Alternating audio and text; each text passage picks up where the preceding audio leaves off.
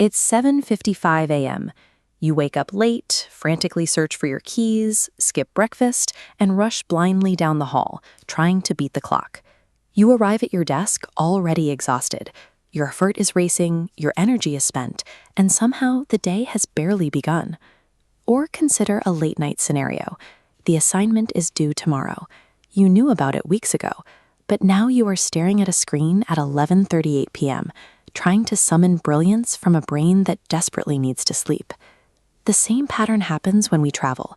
You plan to leave for the station at 6:15, but 6:15 slips to 6:20, then 6:30. Now you are sprinting to catch your bus, sweating and out of breath.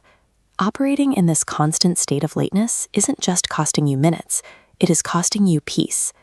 Chronic lateness creates situations where there is no room for anything to go wrong. It forces you to operate in a state of constant, self-imposed pressure.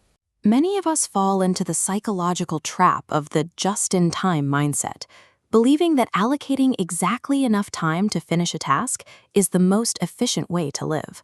But this creates an artificially fragile ecosystem. When you leave zero extra room in your schedule, a single unexpected event, like a traffic jam or a missing key, instantly fractures the entire structure of your day. When you are negotiating with a ticking clock, your brain begins to view every minor friction as a threat. The misplaced shoe or the red light isn't just an annoyance, it's a crisis that triggers a physical stress response. Over time, this constant state of high alert takes a toll.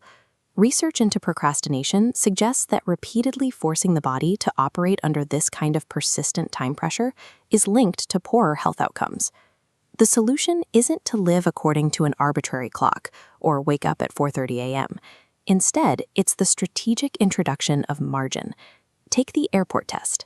Person A leaves with exactly enough time, while person B leaves early. Both hit traffic. Person A experiences panic. The disruption breaks their rigid sequence into an emergency. Person B's built-in margin absorbs the delay, keeping it a mild inconvenience. Margin changes your experience of the world. It ensures that when life gets messy, it feels like a manageable setback rather than a total collapse. One early decision creates room for another. When you start your day with margin, you create a ripple effect that makes subsequent tasks easier to manage. Starting a project early gives you the room to be imperfect. You can make a mistake, encounter a problem, and fix it without the paralyzing fear of a looming deadline. Doing things early also allows you to keep a more consistent sleep schedule, which has a measurable impact on your biology. In a UK biobank study of nearly 90,000 people, those with highly regular sleep-wake patterns had a 20 to 48% lower risk of mortality compared to those with irregular schedules. Handling tasks before they become urgent clears your mental desk. It frees up the cognitive energy you need to focus, stay creative, and be present with the people around you. By making early choices your default, you stop reacting to life and start navigating it. You reduce the unnecessary pressure on your body and give yourself the space to actually handle the day on your own terms. Doing things early isn't a productivity hack designed to help you work more. It isn't about being the first person everywhere or controlling every second of your day. The true goal is to create pockets of freedom. When you finish an assignment 2 days early, that final evening belongs entirely to you.